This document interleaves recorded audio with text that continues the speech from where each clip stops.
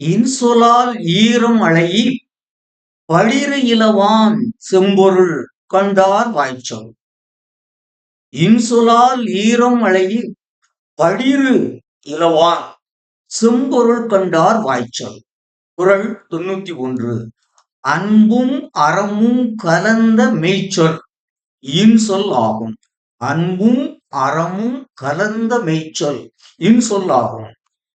வாய்மை நிறைந்த சொற்களை அன்போடும் வஞ்சக நோக்கம் இன்றியும் கூறுவதே இனியவை கூறலாம்.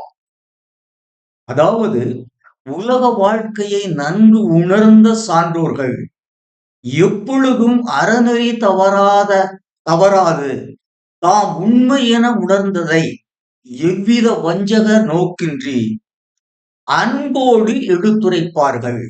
அவ்வகை சான்றோர் வாயிலிருந்து வரும் சொற்களே இன்சொல் எனப்படும். நாமும் உண்மையை அன்பு கலந்து கூறுவோம். இன்சொல்லிற்கு இலக்கணமாகும்.